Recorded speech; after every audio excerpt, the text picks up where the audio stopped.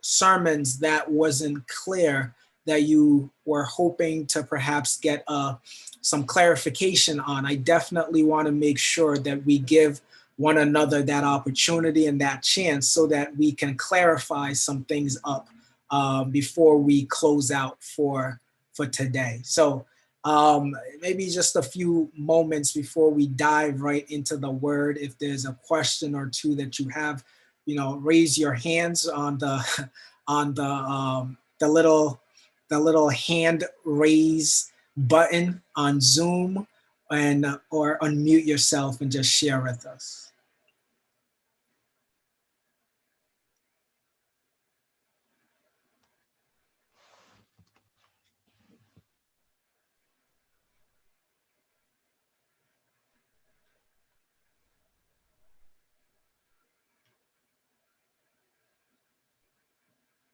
All right. I'm not seeing or hearing anybody, so perhaps things have been clear, and we don't have any needling questions at this time. So if that's the case, we'll just continue on to our main event for this afternoon. Pastor, before there was a message in the chat. I'm not sure if Auntie Jennifer, you had a question, but I did see that you put something there. So, Auntie Jennifer, was there maybe a question that you wanted to bring up?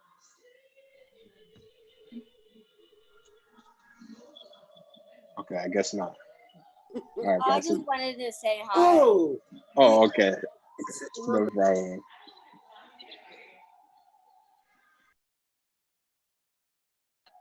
Okay, Pastor, thank you. Back to you.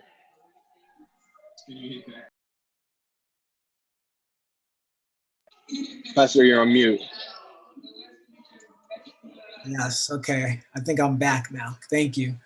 You have your Bibles. This afternoon, I've made a last minute change here.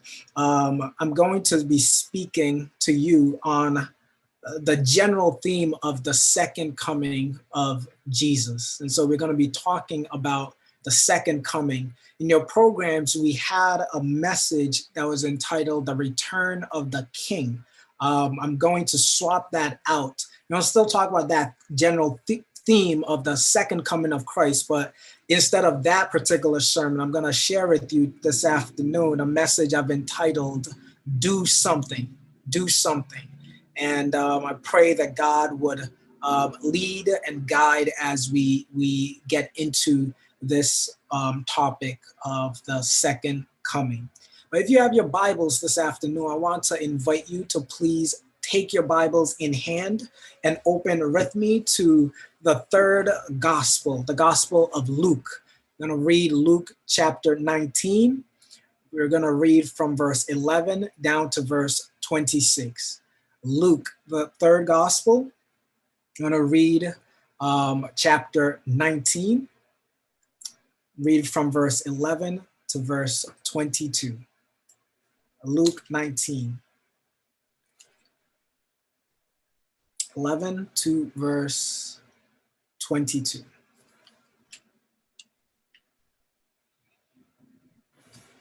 All right, when you get it, say amen. If you need a little bit more time, just say mercy, and we will grant you some mercy. Luke chapter 19, verse 11. I'm going to read from verse 11 to 26. Amen. Amen. Amen. All right. The Bible says, reading in the New International Version, the Bible says, while they were listening to this, he went on to tell them a parable because he was near Jerusalem, and the people thought that the kingdom of God was going to appear at once. He said, a man of noble birth went to a distant country to have himself appointed king and then to return. So he called 10 of his servants and gave them 10 minas, or 10 talents. Put this money to work, he said, until I come back. But his subjects hated him and sent a delegation after him to say, we don't want this man to be our king. He was made king, however, and returned home. Then he sent for the servants to whom he had given the money in order to find out what they had gained with it. The first one came and said, Sir, your mina, or your talent, has earned 10 more.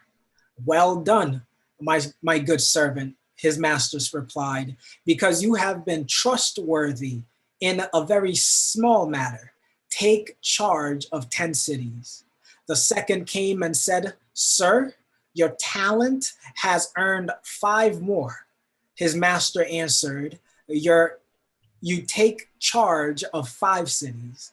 Then another servant came and said, Sir, here is your talent. I have kept it laid away in a piece of cloth. I was afraid of you because you are a hard man. You take out what you did not put in and reap what you did not sow. His master replied, I will judge you by your own words, you wicked servant. You knew, did you, that I am a hard man, taking out that what I did not put in and reaping what I did not sow? Why then didn't you put my money on deposit so that when I came back, I could have collected it with interest? Then he said to those standing by, take his talent away from him and give it to the one who has 10 talents. Sir, they said to him, he already has 10. He replied, I tell you that to everyone who has, more will be given. But as to the one who has nothing, even what they have will be taken away. I want to ask that you pray with me as we begin this afternoon. Gracious God, we thank you that you have brought us to this point as we open your word yet again. We ask, Father, that you would speak directly from on high, that we would hear your voice, that your words might find its way in our hearts, that it might there bear much fruit for your people. Bless us now. Continue to guide us in the paths and in the ways that you would have us go. This, Lord, is our prayer, and we ask it in Jesus' name. Amen. Amen. Amen. This afternoon, as we take a look at this particular parable, very popular parable, with various different names. Some call this the parable of the talents. Excuse me. Others call it by, other different names. But this particular parable that is under inspection this afternoon is an interesting parable because it was one of the only parables that Jesus told that was based off of a real life historical event. Many of Jesus's parables that he told was based off of cultural allusions and stories that were very familiar to his hearers. But this particular parable, however, was specifically anchored upon a very well-known historical event. This parable was it was based off of something that happened and something that everyone there was very much aware of. It was based off of a historical event. But before I, go into this historical event, let me quickly set the context, set the scene, set the table for us so that we can better understand what is happening here and what Jesus is talking about. In the previous verses, in this our scripture reading that we just read, the previous verses, Jesus had visited Jericho. He had there healed a blind beggar named Bartimaeus. He then had visited a man by the name of Zacchaeus, who we all are acquainted with. Now he has now turned around and is heading back from Jericho to the capital city of Jerusalem. Jericho, ironically or interestingly enough, was 1,300 feet below sea level. 1,300 feet below sea level. It, at the time, was known as the lowest city in the world. But Jerusalem, in contrast, was set upon a hill or set upon a mountain. Jerusalem, in contrast, was about 2,500 feet above sea level. And so Jesus's commute from Jericho to Jerusalem was going to be an uphill climb in more than one way, because Jesus understood and Jesus realized that he had just one more week left in his earthly public ministry. He knew that in less than a week, he was going to be arrested, he was going to be tortured, and finally he was going to be crucified. Jesus knew this. He realized that he was at the very tail end of his earthly public ministry. And he because of this, he knew that there was the events, the next events that lay ahead was going to happen rapidly, happen very, very quickly. In fact, let me show you what I mean. If you have your Bibles open like I do here, and you have your Bibles open in Luke, where our passage of scripture was, if you just turn the page, you realize, turn the page maybe a couple of pages, you realize that the Gospel of Luke only has 24 chapters in it. And in the 24, it only has 24 chapters in it, and we read our parable here in our scripture reading in chapter 19, you realize that we are at chapter 19 and there's only 24 chapters left, which tells you that we are at the very end of this gospel. Jesus recognized, realized, knew ahead of time that time was of essence, and he was about to be crucified. He was about to suffer his the torture that he would have to endure through after his arrest, and he knew that the cross lay in view, that it was not going to take much longer. But Jesus knew this. But the multitude that always was surrounding him, also the multitude that were following Jesus, also had a sense. They had a sense of anticipation. They perceived that something important, something central, something pivotal, something seminal was about to happen in the life of Jesus. But Jesus, they realized that something critical was about to happen. But Jesus, they thought that Jesus was on his way to Jerusalem, so that he was going to declare the moment that they had all been waiting for about 3.5 years. They thought Jesus was going directly to Jerusalem and there publicly announced his messiahship and his kingship. And the world was going to know that the Messiah who had been they had long awaited for was here, and he was ready to begin his earthly kingdom. That's what the people thought. That's what the crowd was anticipating. That's what they were all so excited, so giddy about, that Jesus was going to go and going to announce this publicly, finally. And they thought to themselves, finally, we are going to be removed from under the thumb of Rome. This is where Jesus realizing the error of their ways, realizing and being very much aware of the gossip and what people are saying, decides to tell this parable so that he would correct all the mistaken theories and correct all the innuendos and set the record straight. So in setting the record straight, this is the means by which Jesus chooses to set that record straight. He tells them a parable. He tells them a parable in order for them to better understand what he is talking about or what is about to happen.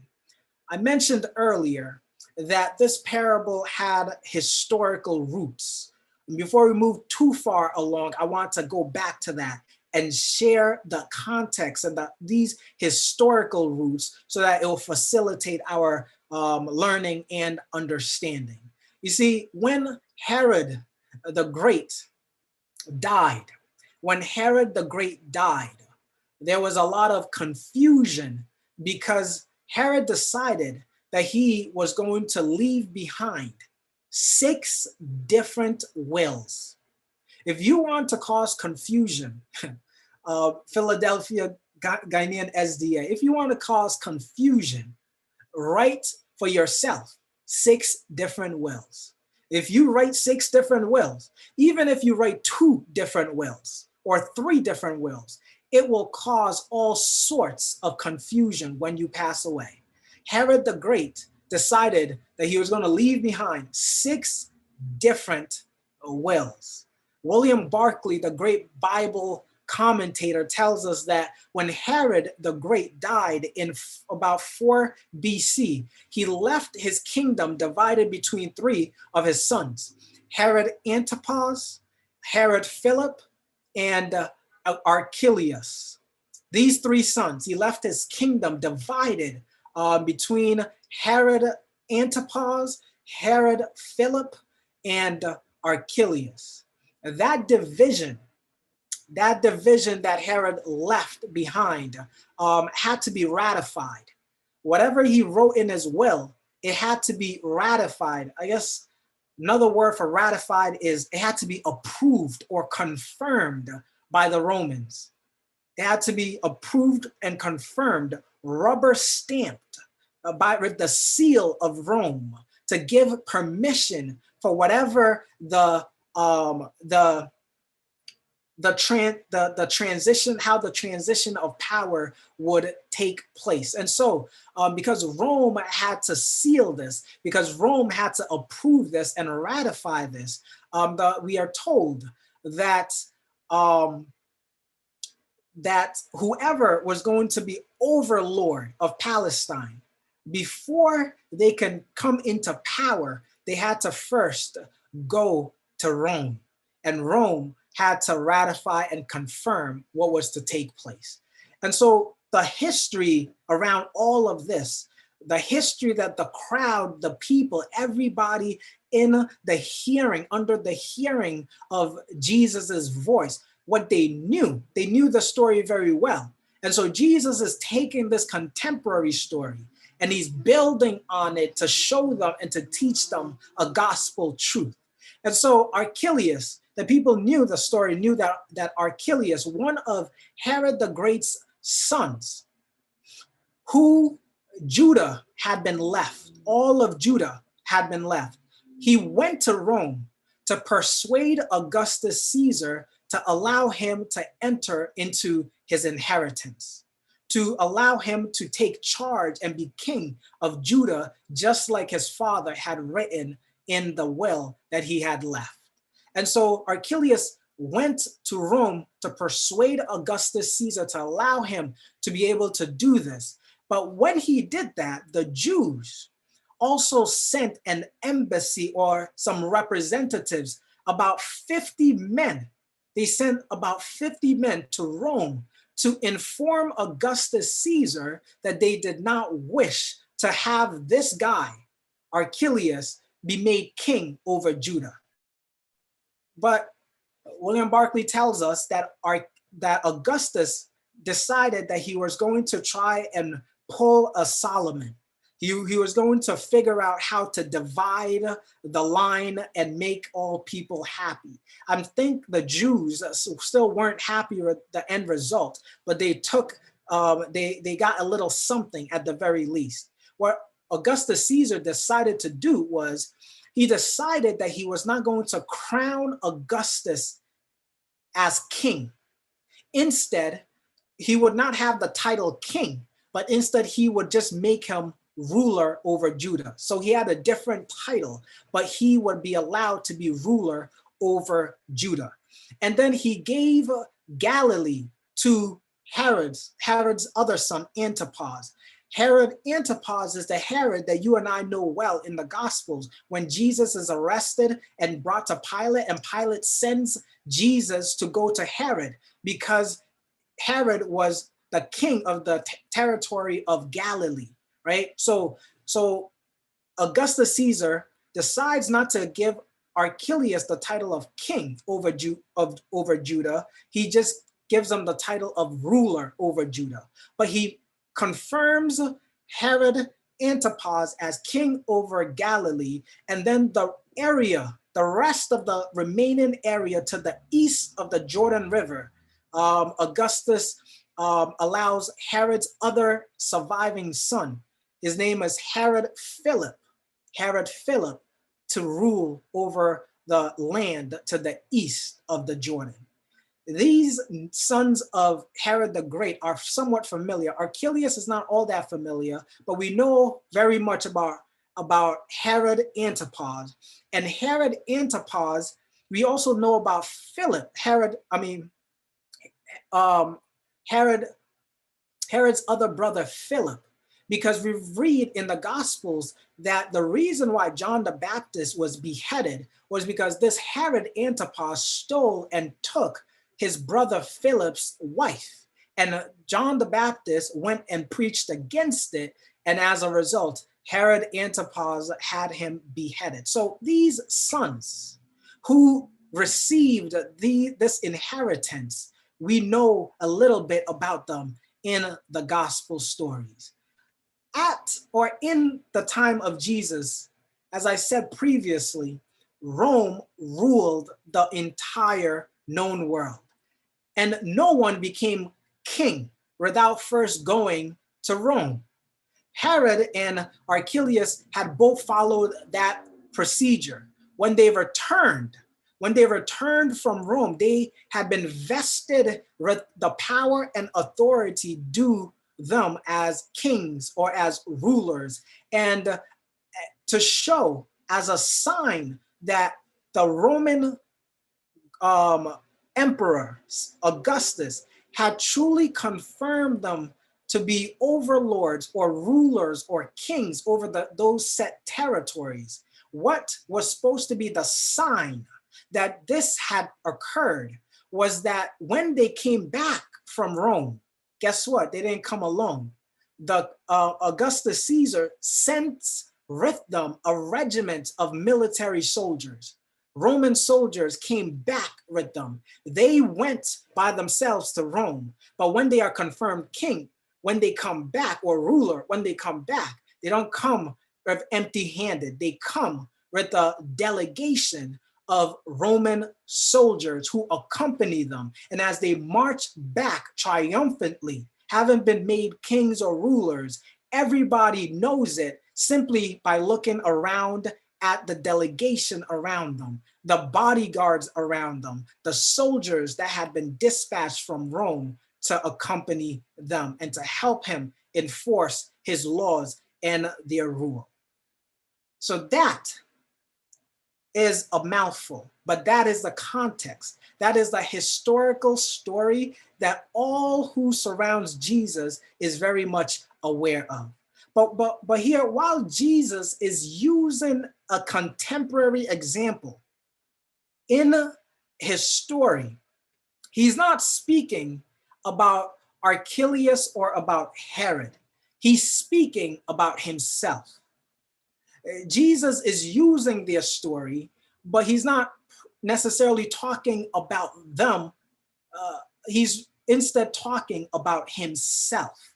He was giving the people a message that he was not going to Jerusalem to set up his earthly kingdom.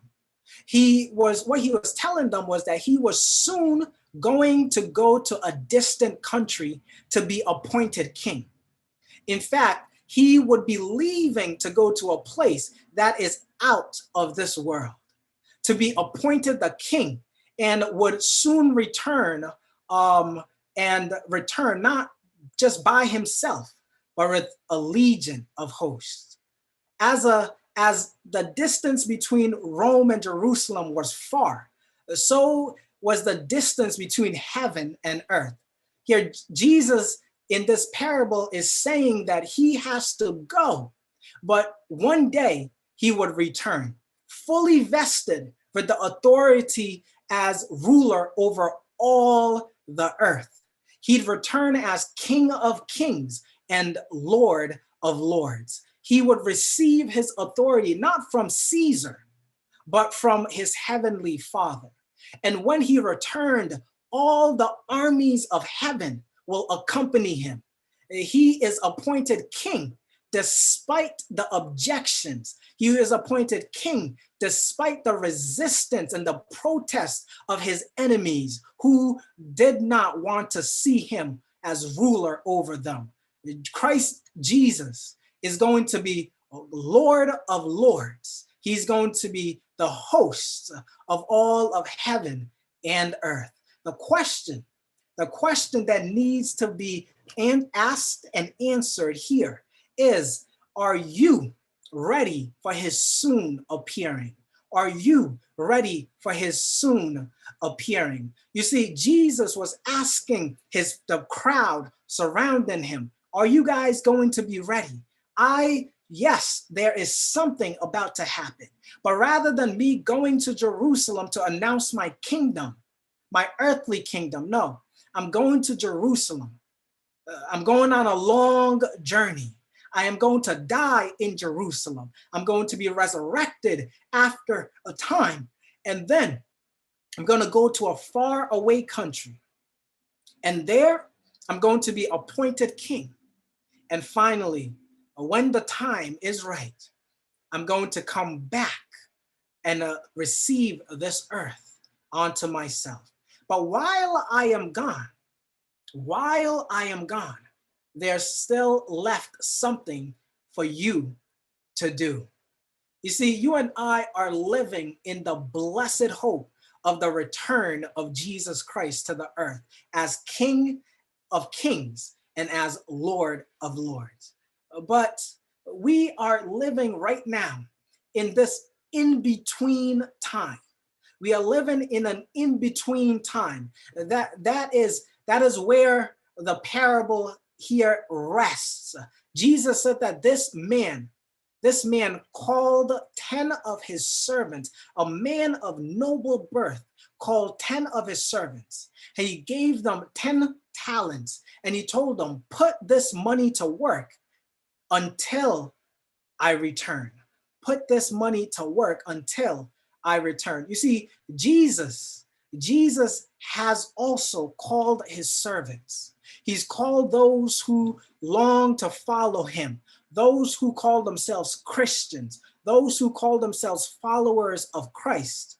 He's called us, and he has placed in our hands some talents, some gifts, talents of money and wealth, talents of time, talents of just giftedness, things that we are able to do, whether it is singing, preaching, whether it is being able to communicate and speak with people, whether it is a gift of compassion, a gift that God has given us to be able to touch the lives of those that surround us.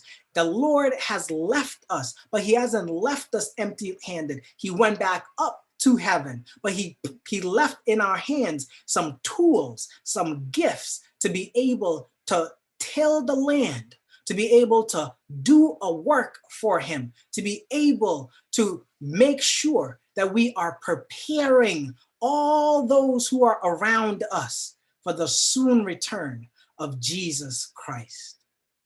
You see, Jesus left us. Jesus left us, each of us, just like in this parable, he left his 10 servants, each of them 1 talent. And that 1 talent was about 3 to 4 months' wages. And he told them, occupy till I come. Put this money to work. Each of them, each of these 3 servants had the same opportunity. They were instructed to put this money to work.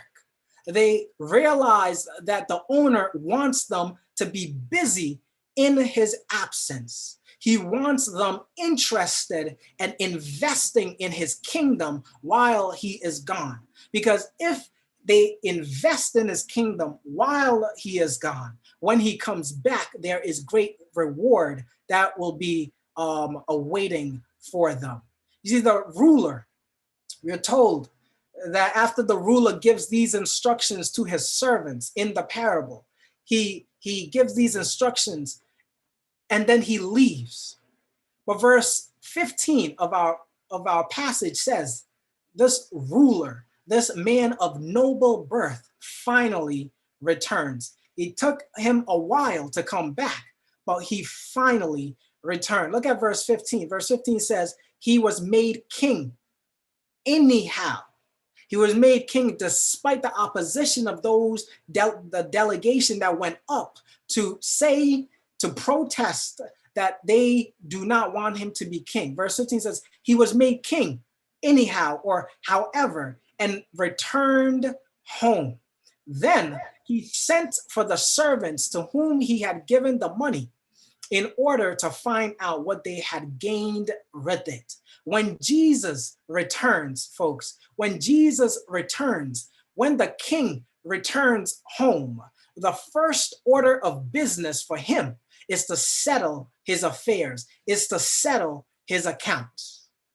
The first thing that Jesus will do when he returns is to send for us, to call us by name and to ask us, what did you do with the talents? What did you do with the opportunities? What did you do with the gifts? What did you do with the children that I gave to you, Philadelphia SDA? What did you do with all of those things? It is time to settle the accounts. What does this parable have to say directly to us? It has everything. It has everything to say. It has all sorts of things to communicate to us this afternoon. You see, what Jesus is telling us, what Jesus is saying to those of us who are living in the in-between time from the going up of Jesus until the coming down of Jesus. What this parable is telling us is that we need to be prepared. We need to be ready because the King is soon to come. You're living in the slice of time between his going and his coming. We're living in a small piece of time that will determine our eternal destinies. We are living in a critical measure of time, a time where we make decisions today that have implications for eternity. Jesus is saying to us that we are to be concerned about the advancement of the kingdom of God here on earth. You are to be busy investing your time, busy investing your resources, busy investing your money and your energy and your talents for the kingdom of God. those gifts that he has graciously left with you, you need to invest it in the coming kingdom. The good news is if you do this, his kingdom will become your kingdom. The bad news is that if you don't do this, his kingdom will be the kingdom against which your kingdom will be established. You see, the truth of the matter is those who invest in the kingdom of God will certainly be rewarded according to what they have done with what they have been giving. All of us, we are all working for a kingdom. It's either you are working for the kingdom of Christ or you are working for the kingdom of the devil. Or it's either you are working for the kingdom of Christ or you are here on earth trying to establish your own kingdom, prepare your own future. And so rather than the resources, rather than the time that God has given you to prep and to invest in his kingdom, you are taking the gifts, taking the resources, taking all the things that he has given to you, and you are turning it into a god onto itself. And you are investing it for your own little small amateur kingdom here on earth. You are invested. You are working for a kingdom. It's either God's kingdom you're working for, or it's your own kingdom that you are working to establish here on earth. The Bible here is telling us, and the parable is communicating to us, that if we invest in a Christ kingdom, there is a reward for us one day. We need to remember and understand, church, that there is a heaven to gain and a hell to shun. There is a heaven to gain and an earth to shun. If we work for our master's kingdom, that kingdom becomes our kingdom. And we, when Jesus comes, will rule alongside him. We will be rulers alongside Christ for the ceaseless ages of eternity. But those of us who do nothing, those of us who do absolutely nothing will receive absolutely nothing, and we will lose everything. Those of us who do nothing, we will receive nothing, and we will lose everything. There are many today. There are many people today who believe that if they do nothing wrong, they will gain entrance into the kingdom of heaven. This parable is pointing its long, bony fingers right at those who believe this to be the way of salvation.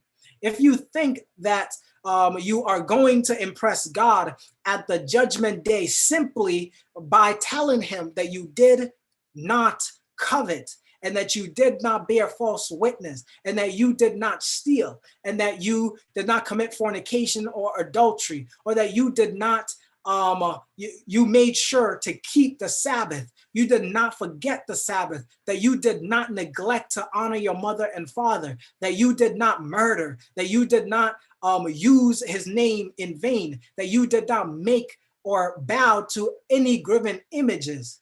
I want to tell you that you are wrong, because there's more to righteousness. There is more to right living than simply the do nots. It is true that the Lord wants us to stay clear of certain things. It is true that the Lord desires that we do not engage in certain things, but that's not it. That's only half the story. We are responsible to make sure that we do not break the commandments of God.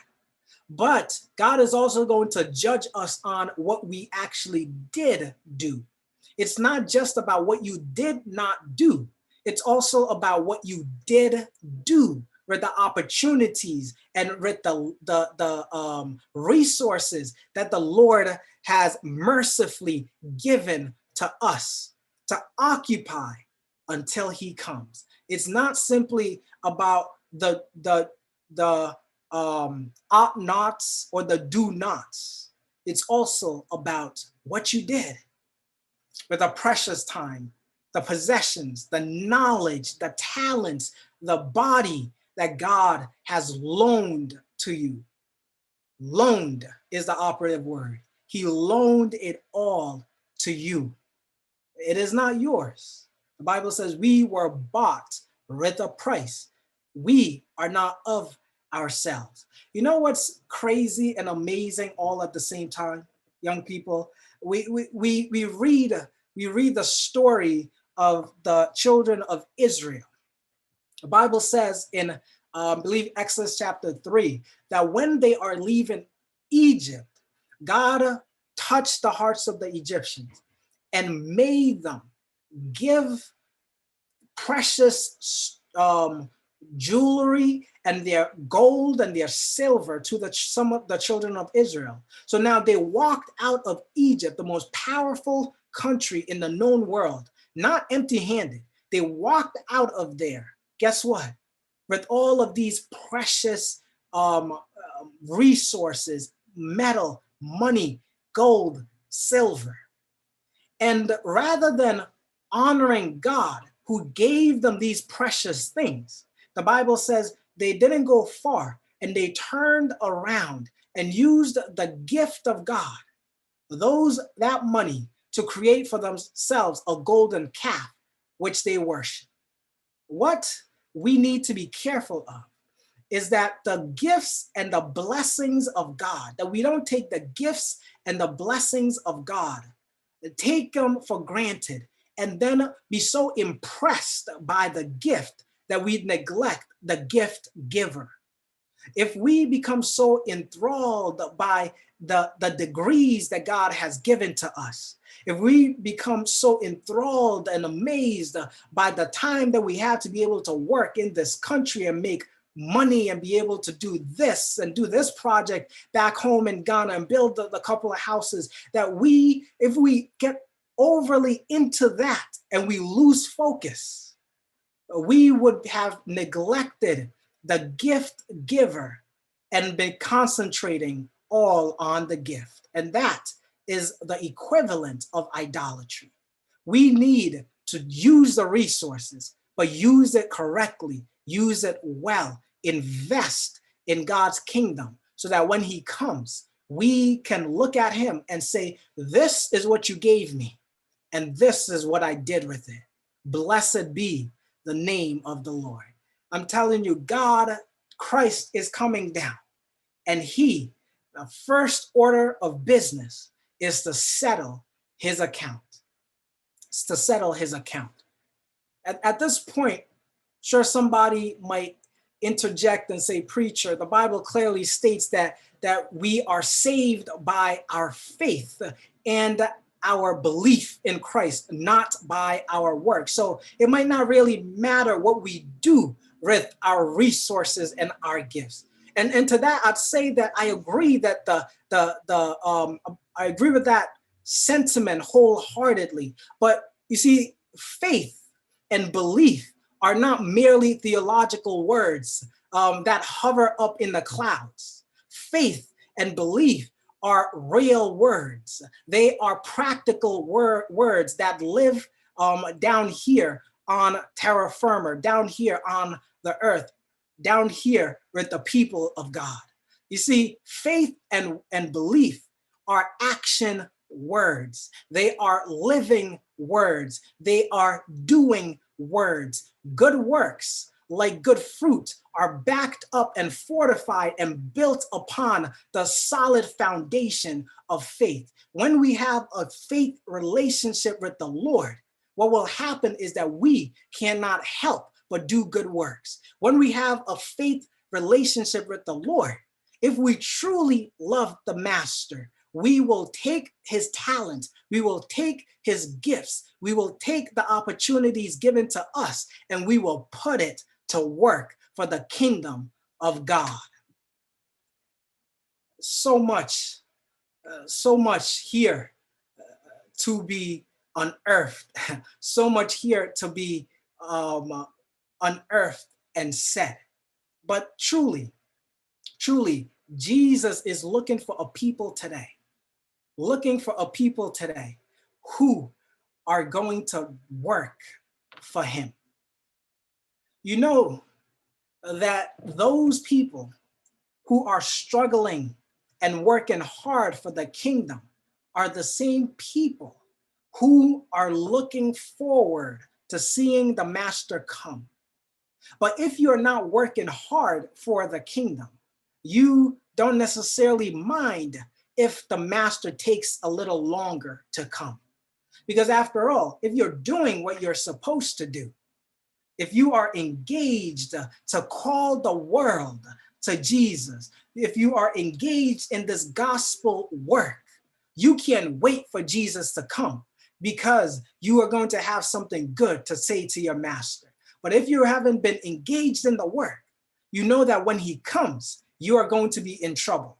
And so you would rather he postpone his coming and just wait a little longer until you get your act together. The Bible is telling us here, this parable is teaching us here, that the part of the reason why Jesus says here that the master gives them talents to work is so that they can invest, so that they can look forward to his coming. May we, Amen. May we also work for this master, for our master, so that when it comes time for him to come, when he shows up in the night sky or the day sky or the morning sky, we might be thrilled. We might be so beside ourselves to see the face of he who we have been toiling for so long. Amen. The truth is, sometimes when it comes to this concern about the balance of what we do and the balance of faith, sometimes we fight a fight of extremists. Some people say it's all by faith, so therefore I can sit back and do what? Nothing. Whereas others say that it's only by works, and then they forget that we are not saved by works. We are saved by the goodness of God and by the sacrifice of Christ. Jesus in this parable wants us to know three things. I'm going to share it with you very quickly. Three things. The first is this. He wants us to understand and know that he has left us a work on earth to do. Jesus wants us to know that he has left us a work on earth to do. Number two, he wants us to know not only that, but he has left us the tools we need to accomplish this work. Praise God that we have a Lord and Master who doesn't give us a work to do, but then doesn't give us the requisite tools to be able to actually accomplish it. We have a Lord and Master who gave us the assignment, but has given us all the help that we need to accomplish our work. Amen. Point number three that Jesus wants us to know from this parable is that we do not, or better yet, what we do with the tools that he has left us, and whether or not we choose to do the work that he has left us, reveals a great deal about our character as well as what we think of God's character. You see, in the parable, the last man, the last servant, he says, I didn't do anything with it because I thought you was a hard man. It shows both how we feel about God's character, and it shows our own characters. That man was lazy, didn't want to do any work. And he also had a wrong perspective about the Savior and about the Master. Those in our churches who do not engage in the gospel work, we are showing that we don't love the Master the way we ought to love him. And we are showing that we don't what we actually think of him. And then we are also showing our own characters. We are also showing who we are at our core. Whether or not we do this work reveals something about ourselves. It reveals something important about ourselves. As I said before, it's either we are working for the master's kingdom or we are working for our own kingdom.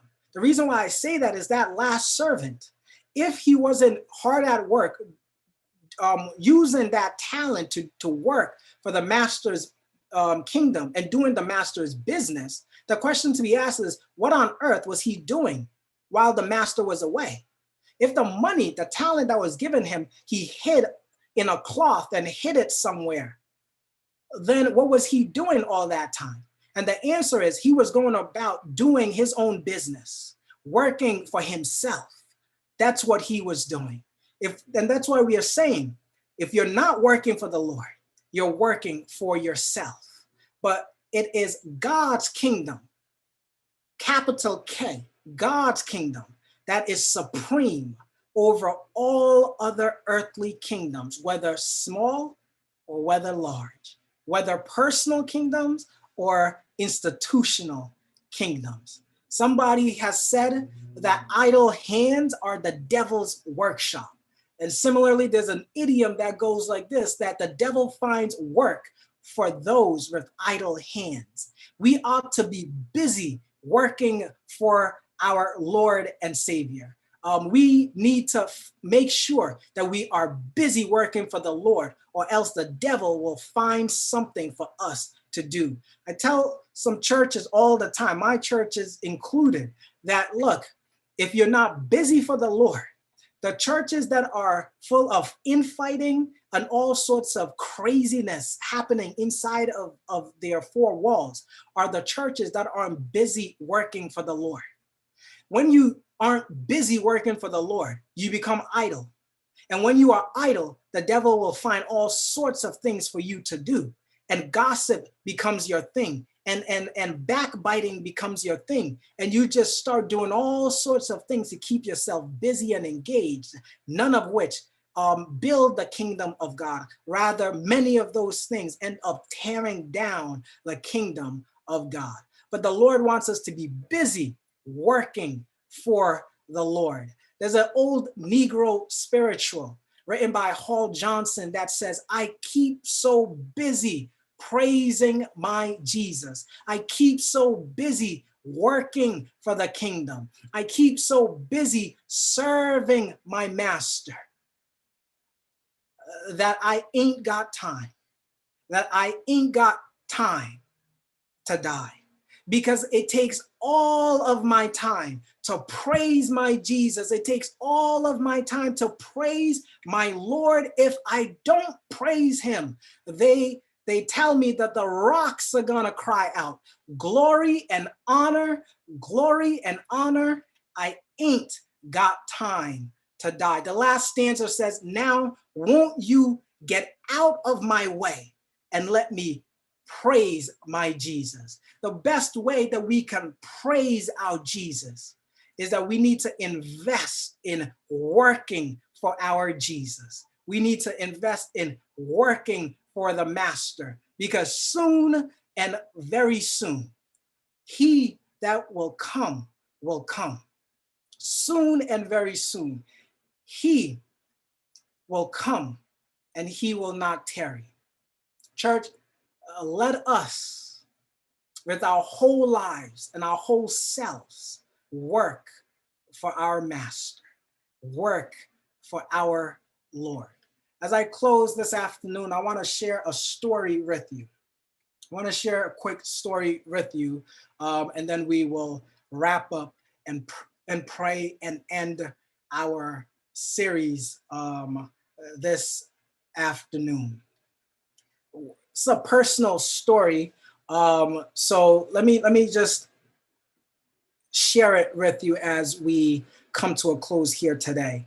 When I was born in Ghana. I tell everybody that I know that I was born in Asante Mampong, not Asante Mampong, Asante Bekwai.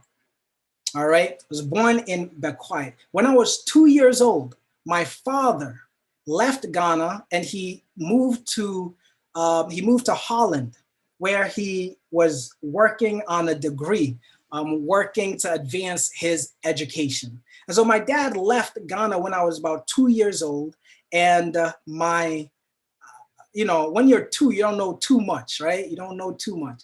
And it's interesting because he had planned his travel, and when he had booked the ticket, they realized at the time that my mother was pregnant and my younger brother Sam was about to come. And unfortunately, my father, the day that he landed in Holland, was the same day that my younger brother Sam was born. And so he was up there for a number of years, about 5 years, finishing up his degree. And, I would talk to my dad on the telephone all the time. I knew he was in a far, far away place, but I would talk to him on the telephone all the time. And during Christmas time and my birthday, I, was one of those kids in Ghana whose dad was in what we call it, abrochiri. So I would get all of these fancy gifts, and people knew that my dad was in Holland, was in Europe. But one thing I remember growing up was that I could not wait to see my father. I could not wait to see my father again. But I remember that when I was getting a little older, talking 3, 4, 5 years old, 6, my mother's good friends sometimes would come around and they would ask me, your father has been gone for so long. When he comes back, if you were to bump into him in the marketplace, would you recognize him? Would you know that that man is your father? And I thought to myself, even as a little child, I felt disrespected by that question. I said to myself, why would anybody ask me such a question? Of course, I'll be able to recognize my own father. He is my father. Why wouldn't I know who my father is? But secretly, in my heart of hearts, I thought to myself and I said, that's a good question. Will I be able to recognize him? Would I be able to know him, that man is my father, the day that I laid eyes on him? And so my mother tells me that as my father, it got closer and closer to the time that my father was going to return home, I was extremely excited. I was telling everybody that my dad was coming. Everybody that I encountered, everybody that I saw, everybody I told them, whether I knew them, didn't know them, my father was finally coming home. You see, 5 years is a mighty long time. I know you don't think it's a long time, but for a 2-year-old, that is more than double my lifespan. My father had been gone in my mind for a long, long, long time. And what I wanted to know above all things was that when my father returned, I wanted to put that question that was posed to me to the test. I wanted to do an experiment where when he was coming, would I be able to know that he was my dad before somebody pointed it out to me? So I couldn't wait for my father to come. But unfortunately, my father came at nighttime. When I least expected it, my father came. And all I knew was that one night I went to bed.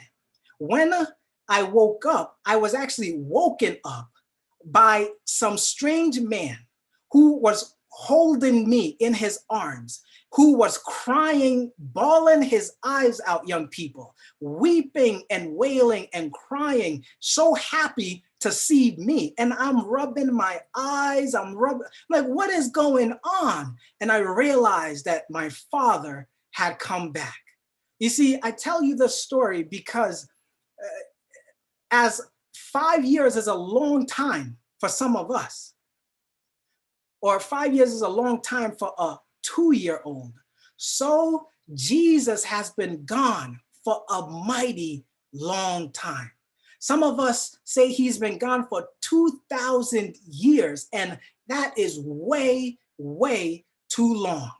But for a God of eternity, 2,000 years is only but 5 years.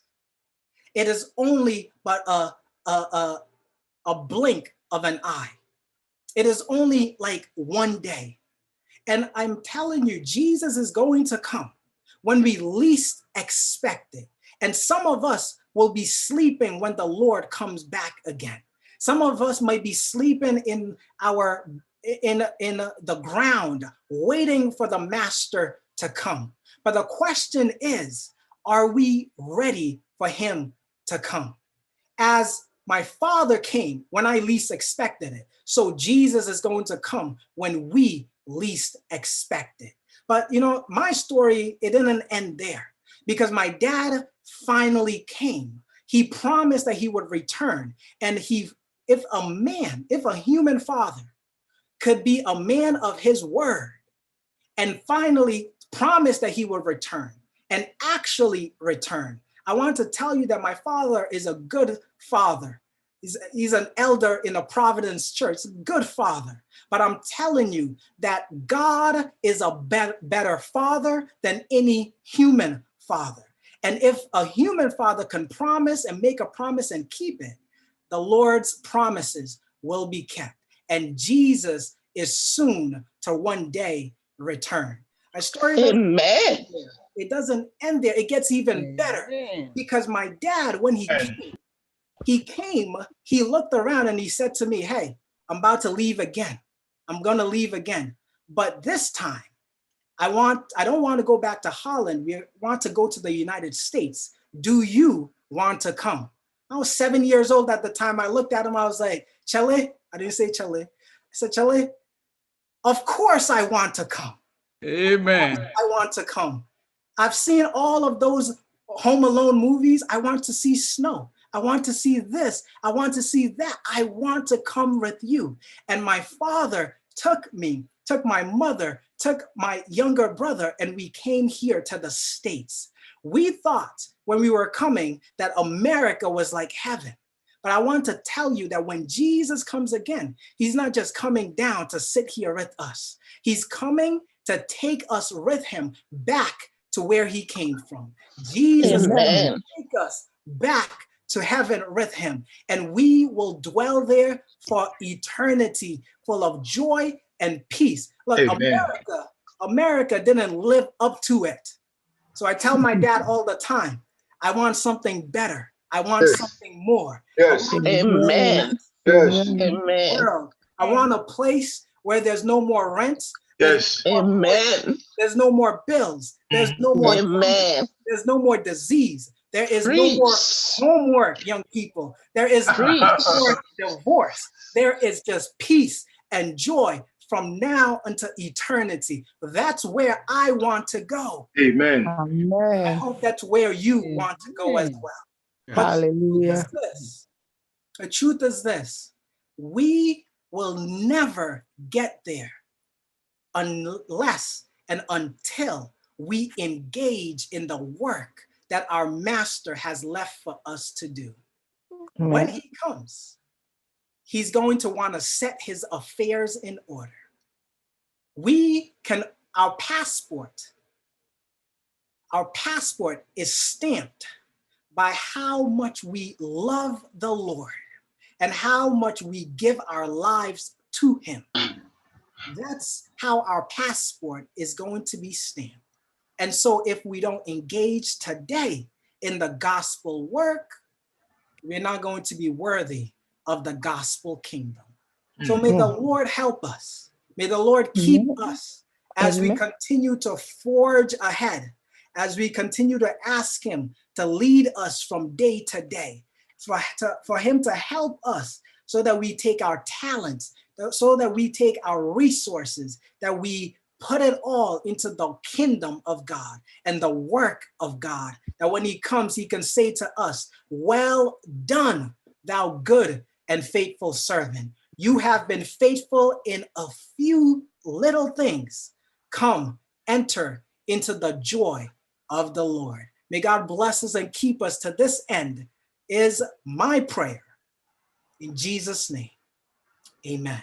Amen. Amen. Amen. Let's have a Amen.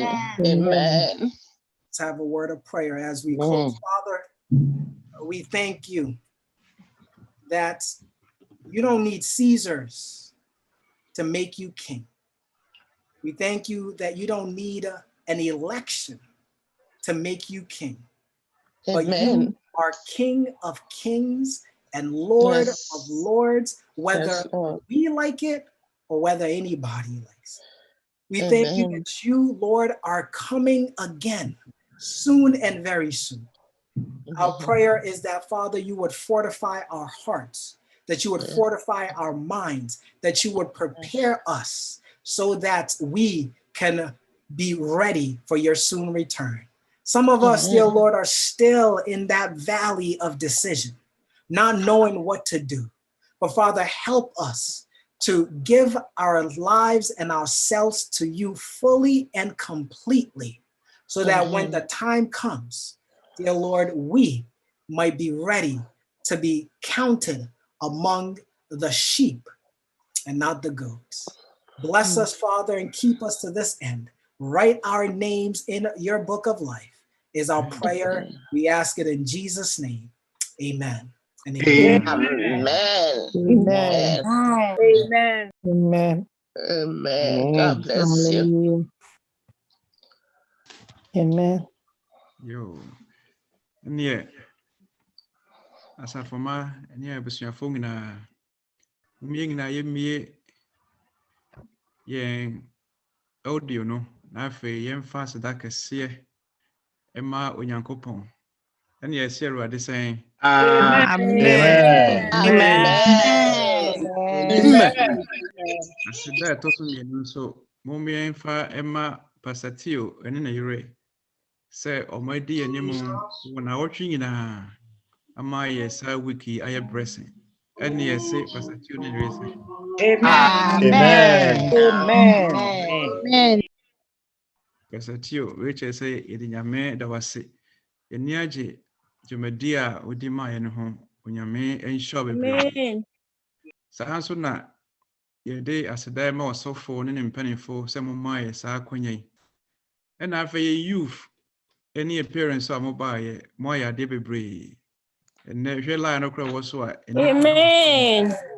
nti Onyame nhyira obi a wobɛtake part biara. Amen. Amen. Ɛda Onyame ase. Ɛne nhyira wode ama yɛnim sɛ yɛbɛkae da biara na kae line baako kama paa. This is the best way to praise the master is to work for the master. Amen. Amen. Yɛn nyinaa ɛbɛyɛ Onyame adwuma sɛnea Nyame adi onim a wɔde adom yɛn no. Yɛnim sɛ Pastor Theo wotama wɔawesin yɛn ho biara Onyame bɛhyɛ wɔn amu. The kae firi mbɔfra bɛ wɔyɛ Nyame adwuma saa Onyame nso bɛma so kɛseɛ.